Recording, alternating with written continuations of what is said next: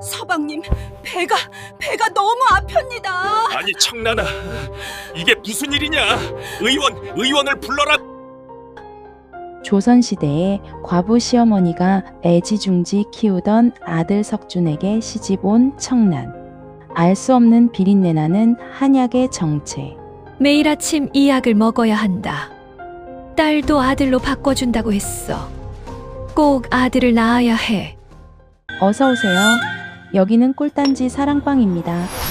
주인장이 직접 들려주는 이야기 한 판. 댓글에 남겨주신 말 한마디 다음 사랑방의 큰 밑거름이 됩니다. 자, 오늘의 꿀단지 살짝 열어볼까요? 한양에서 그리 멀지 않은 어느 양반가에 청란이라는 며느리가 살았습니다. 22살의 젊은 나이에 시집을 왔는데 남편 이판서댁도련님 석주는 참 괜찮은 사람이었어요. 문제는 바로 시어머니였습니다. 시어머니 최씨 부인은 20년 전 남편을 여의고 홀로 아들을 키운 과부였습니다.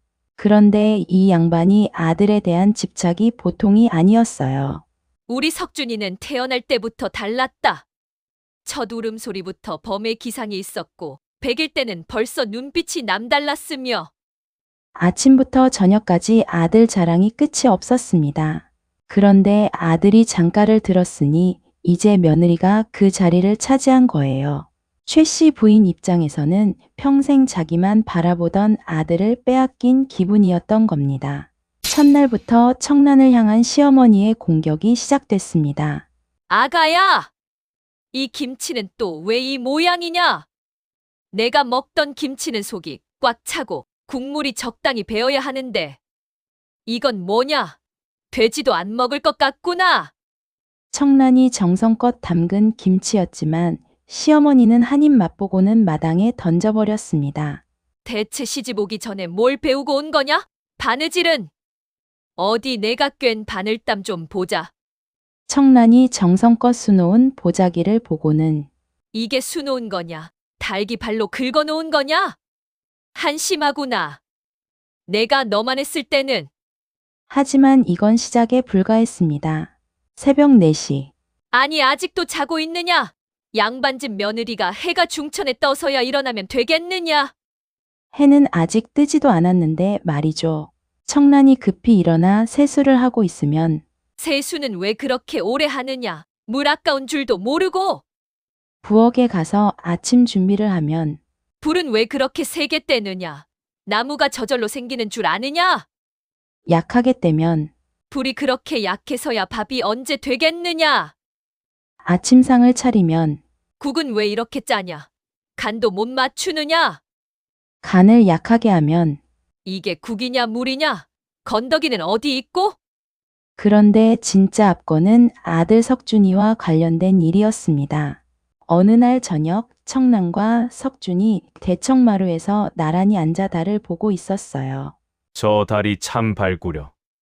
그러게 말입니다, 서방님. 그때였습니다. 석준아, 어미가 부르는데 왜 대답이 없느냐? 시어머니가 방에서 소리쳤습니다. 예, 어머님, 금방 가겠습니다. 석준이 일어서려 하자 시어머니가 또 소리쳤습니다. 내가 거기서 뭘 하고 있느냐? 혹시 그 계집애 옆에 앉아 있는 게 아니겠지? 밤 공기가 차가운데 감기라도 걸리면 어쩌려고? 석준이는 28살 성인이었지만 시어머니 눈에는 여전히 어린아이였던 겁니다. 심지어 이런 일도 있었습니다. 청란이 남편의 옷을 꿰매고 있었는데 시어머니가 벌떡 일어나더니 그 옷 내놔라. 내 아들 옷은 내가 꿰맨다. 어머님, 제가 하겠습니다. 내가 뭘 안다고. 우리 석준이 살결은 여려서 바늘땀이 조금만 거칠어도 가려워한다. 내가 하지 않으면 안 돼. 그러던 어느 날 청란이 임신을 했습니다. 보통 시어머니라면 기뻐해야 할 일이지만 최 씨 부인의 반응은 조금 달랐습니다. 뭐? 아이를 가졌다고? 잠시 침묵이 흐른 후 최 씨 부인이 물었습니다. 그래, 아들이겠지. 우리 석준이 씨가 그리 좋은데 아들이 아니면 말이 안 되지. 아직은 모르옵니다, 어머님. 모른다니. 배를 보면 아느니라. 뾰족하면 아들이고 퍼지면 딸이라고 했다. 최 씨 부인은 매일같이 청란의 배를 확인했습니다. 어디 보자. 아직 잘 모르겠구나. 하지만 분명 아들이어야 한다. 우리 석준이가 첫 아이로 딸을 보면 되겠느냐? 그리고 얼마 후 최 씨 부인은 청란을 불렀습니다. 이리 오너라. 최 씨 부인 앞에는 검은 물이 담긴 그릇이 있었습니다. 이게 무엇입니까, 어머님? 이것은 우리 집안 대대로 내려오는 태아를 튼튼하게 하는 약이다. 특히 아들을 낳게 하는데 효험이 있지. 청란은 그 검은 물을 보며 불안한 마음이 들었지만 거부할 수 없었습니다. 자, 어서 마셔라. 매일 아침 마셔야 한다. 청란은 그날부터 매일 아침 그 약을 마셔야 했습니다. 약은 쓰고 비린내가 심했습니다. 어머님, 이 약은 무슨 약재로 만드신 것이옵니까? 그건 내가 알 바 아니다. 그냥 마시기만 해라. 우리 집안 큰아들의 첫 자식은 아들이어야 한다. 하지만 문제는 그 약이었습니다. 최 씨 부인은 약방의 무지한 약사에게서 들은 대로 사양과 홍화 그리고 여러 열성이 강한 약재들을 섞어 만들었습니다. 아들을 낳으려면 몸을 뜨겁게 해야 한다는 잘못된 속설을 믿은 것이었죠. 며칠이 지나자 청란은 이상한 증상을 느끼기 시작했습니다. 어머님, 배가 자꾸 아픕니다. 아프다니. 그건 약이 효과를 보이는 것이다. 조금만 참거라. 하지만 어머님, 이상합니다. 아래쪽에서 피가. 그건 나쁜 피가 나오는 것이니 걱정 말거라. 계속 약을 마셔라. 청란은 불안했지만 시어머니의 말을 거역할 수 없었습니다. 그리고 일주일 후 끔찍한 일이 벌어졌습니다. 그날도 청란은 새벽에 일어나 약을 마셨습니다. 하지만 곧 심한 복통이 시작됐습니다. 서방님, 청란의 비명소리에 석준이 달려왔습니다. 청란아, 무슨 일이냐? 청란의 치마에는 피가 가득했습니다. 의원, 어서 의원을 불러라. 석준의 다급한 외침에 집안이 발칵 뒤집혔습니다. 의원이 달려와 청란을 진찰했지만 이미 늦었습니다. 아가씨, 죄송합니다만 아기를 잃으셨습니다. 뭐라고요? 석준의 얼굴이 하얗게 질렸습니다. 도대체 어찌 된 일이오?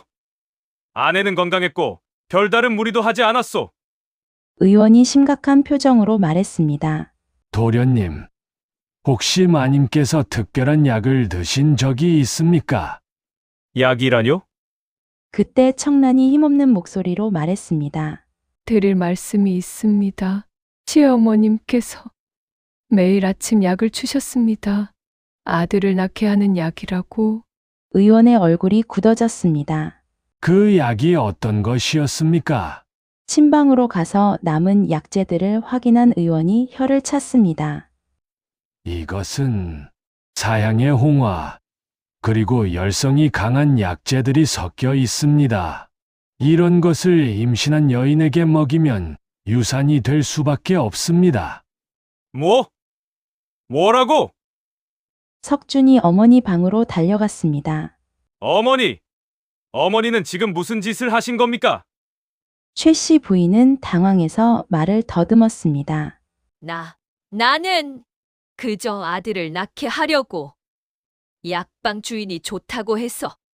좋다고요. 그 약 때문에 우리 아이를 잃었습니다. 석준의 목소리는 울음 섞인 비명이었습니다. 아들을 낳게 하는 약이라고요? 어머니는 무슨 약인 줄도 모르시고? 나는 정말 몰랐다.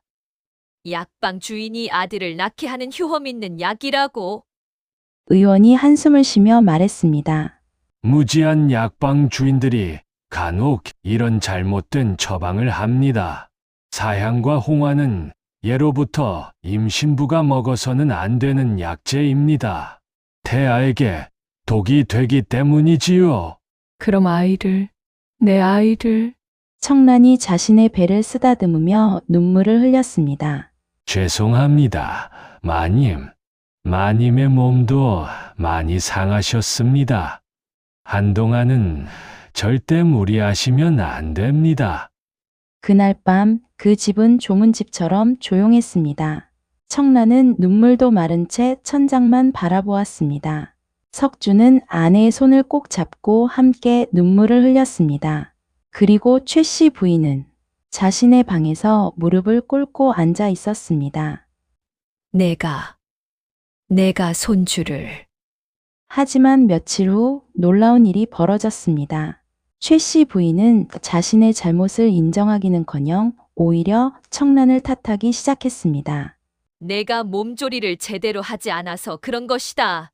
나는 좋은 약을 다려줬는데 내가 몸을 함부로 놀려서 아이를 잃은 것이야.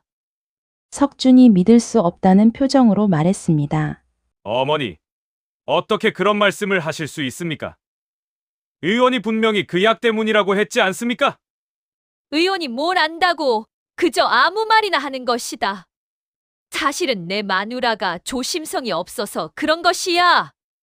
청란은 더 이상 눈물도 나오지 않았습니다. 내 아이를 잃게 한 사람이 오히려 나를 탓하는구나. 그리고 더 끔찍한 일이 이어졌습니다. 게다가 너는 이제 우리 집안에 불길한 기운을 가져왔다. 첫 손주를 잃게 했으니 내 관상이 사나운 게 분명하구나.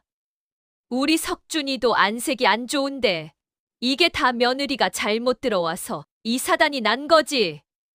청란은 그날 밤 홀로 울었습니다. 하지만 더 이상 참을 수 없다는 것을 깨달았습니다. 내 아이의 죽음까지도 나에게 뒤집어 씌우다니. 청란은 몸이 어느 정도 회복된 후 남편 석준을 불러 조용히 말했습니다. 서방님, 제가 앞으로 며칠간 드릴 말씀이 있사옵니다. 어머님께 들키지 말고 몰래 들어주셔야 합니다. 청란은 석준에게 한 가지 계획을 귀띔했습니다. 며칠 뒤 청란은 시어머니께 공손히 말했습니다. 어머님, 제가 그간 많이 부족했습니다. 이제라도 제대로 배워서 어머님을 잘 모시고 싶사옵니다. 그래, 내가 드디어 정신을 차렸구나. 네, 어머님. 그래서 한 가지 부탁이 있사옵니다. 어머님께서 하시는 모든 일을 제가 옆에서 지켜보고 배우고 싶습니다. 아침에 일어나시는 것부터 밤에 주무시는 것까지 모든 것을 말입니다. 최 씨 부인은 속으로 쾌재를 불렀습니다. 드디어 이 계집애가 굴복했구나. 좋다. 그럼 내일부터 내가 하는 대로 따라 해보거라. 다음 날부터 청란은 시어머니의 그림자가 됐습니다. 새벽 4시 시어머니가 일어나자 청란도 일어났습니다. 어머님, 저도 이 시간에 일어나면 되겠습니까? 그래. 시어머니가 세수를 하러 가자 청란도 따라갔습니다. 어머님, 어머님께서는 세수를 이렇게 하시는군요. 제가 세수를 오래 한다고 하셨는데 어머님께서는 이렇게 정성껏 하시는군요. 배웠습니다. 시어머니가 부엌에 가자 청란도 따라갔습니다. 어머님, 불을 떼는 것도 이렇게 정성껏 하셔야 하는군요. 제가 불 조절을 못한다고 하셨는데 역시 어머님께서는 다르십니다. 그리고 아침상을 준비할 때였습니다.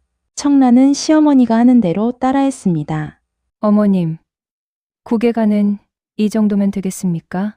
청란이 떠준 국을 시어머니가 맛보았는데 짰습니다. 아이고, 짜다.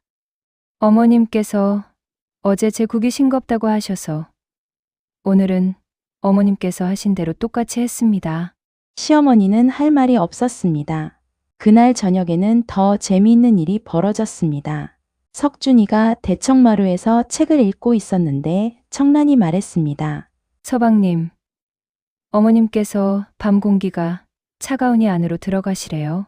아니, 난 괜찮은데. 어머님 말씀으로는 서방님께서 밤 공기를 쐬면 감기에 걸리신다고 하셨습니다. 그리고 제가 옆에 있으면 안 된다고 하셨으니 저는 이만 물러가겠습니다. 석준은 당황했지만 청란의 눈빛을 보고 무언가를 눈치챘습니다. 그는 어머니 방으로 갔습니다. 어머니, 청란이 말로는 제가 밤 공기를 쐬면 안 된다고 하셨다는데 정말입니까? 그게 그리고 청란이와 함께 있으면 안 된다고 하셨답니까? 어머니, 저는 이제 28입니다. 장가도 들었습니다. 석준의 목소리에는 처음으로 단호함이 섞여 있었습니다. 며칠이 더 지나고 청란은 본격적인 참교육을 시작했습니다. 어느 날 아침 청란이 시어머니께 말했습니다. 어머님, 제가 그간 많은 것을 배웠습니다. 그래서 오늘은 제가 어머님을 위해 특별한 하루를 준비했습니다. 특별한 하루? 네. 어머님께서 평소 저에게 해주신 모든 가르침을 오늘 하루 어머님께 그대로 돌려드리고자 합니다. 최 씨 부인은 불길한 예감이 들었지만 이미 늦었습니다. 청란은 동네의 존경받는 어른들과 친척 어른들을 모두 집으로 초대했습니다. 어르신들, 오늘 이렇게 모신 것은 시어머니를 제대로 모시는 법을 배우기 위함입니다. 그리고 청란은 준비한 글을 펼쳤습니다. 이것은 지난 석 달간 제가 받은 가르침을 모두 기록한 것입니다. 청란이 읽기 시작했습니다. 첫째, 며느리는 새벽 4시에 일어나야 한다. 하지만 일어나면 왜 그리 늦게 일어나느냐는 말씀을 들어야 한다. 둘째, 세수는 빨리 해야 한다. 하지만 빨리 하면 대충 한다는 말씀을 들어야 한다. 셋째, 불은 세지도 약하지도 않게 떼야 한다. 하지만 세게 떼도 약하게 떼도 꾸중을 들어야 한다. 넷째, 국은 짜지도 싱겁지도 않게 끓여야 한다. 하지만 어떻게 끓여도 꾸중을 들어야 한다. 청란은 계속해서 읽어 내려갔습니다. 방에 모인 어른들의 표정이 점점 굳어졌습니다. 15째, 며느리는 남편 옆에 앉아서도 안 된다. 남편과 대화를 해서도 안 된다. 그것은 시어머니만의 특권이다. 20째, 며느리가 임신을 해도 몸조리를 해서는 안 된다. 그것은 게으름의 핑계일 뿐이다. 마지막 대목에 이르렀을 때 청란의 목소리가 떨렸습니다. 그리고 25째, 청란이 잠시 말을 멈추고 눈물을 닦았습니다. 25째, 시어머니께서는 며느리가 임신했을 때 아들을 낳게 하기 위해 약을 다려주셨습니다. 청란은 그 약재들을 담은 보자기를 펼쳤습니다. 이것이 그 약재들입니다. 사양, 홍화, 그리고 여러 열성 약재들입니다. 방안이 술렁거렸습니다. 한 어른이 놀라서 물었습니다. 이런 것을 임신한 며느리에게 먹였단 말이오? 청란이 고개를 끄덕였습니다. 네. 어르신, 매일 아침 마셨습니다. 그리고 청란의 목소리가 더욱 떨렸습니다. 그 결과 제 아이는 태어나지 못했습니다. 방안이 순간 얼어붙었습니다. 의원께서 말씀하시길 이런 약재들은 임신부가 절대 먹어서는 안 되는 것이라 하셨습니다. 태아에게 독이 된다고요? 하지만 시어머니께서는 아이를 잃은 후에도 제게 이렇게 말씀하셨습니다. 청란이 다시 기록을 읽었습니다. 내가 몸조리를 제대로 하지 않아서 그런 것이다. 내가 좋은 약을 다려줬는데 내가 조심성이 없어서 아이를 잃은 것이다. 한 친척 어르신이 벌떡 일어났습니다. 이게 도대체 무슨 일이오? 최 씨 부인, 이것이 사실이오? 최 씨 부인은 얼굴이 새하얗게 질렸습니다. 그게 아니라 나는 정말 아들을 낳게 하려고. 아들을 낳게 하려고? 무지한 처방으로 손주를 잃게 하고 그것도 모자라 며느리에게 죄를 뒤집어 씌웠단 말이오? 다른 어른이 말했습니다. 손주를 잃은 며느리에게 위로는커녕 오히려 탓을 하다니 이것이 양반가의 도리요? 청란은 계속해서 말했습니다. 그뿐만이 아닙니다. 어르신들, 청란은 두 번째 서류를 꺼냈습니다. 이것은 제가 시집온 이후 깨뜨리거나 버려진 물건들의 목록입니다. 제가 만든 음식들이 돼지 먹이라며 나당에 버려진 횟수가 23번, 제가 깨진 그릇이 17개, 제가 찢어진 옷이 9벌입니다. 그리고 이것은 제가 친정에서 받은 물건들을 돌려보내라고 하신 횟수입니다. 12번입니다. 마지막으로 청란은 세 번째 서류를 꺼냈습니다. 그리고 이것은 시어머니께서 아드님에 대해 하신 말씀드립니다.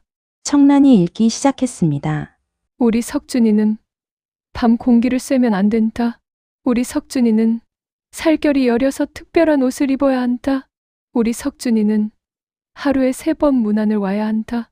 이 대목에서 석준이 얼굴을 붉히며 말했습니다.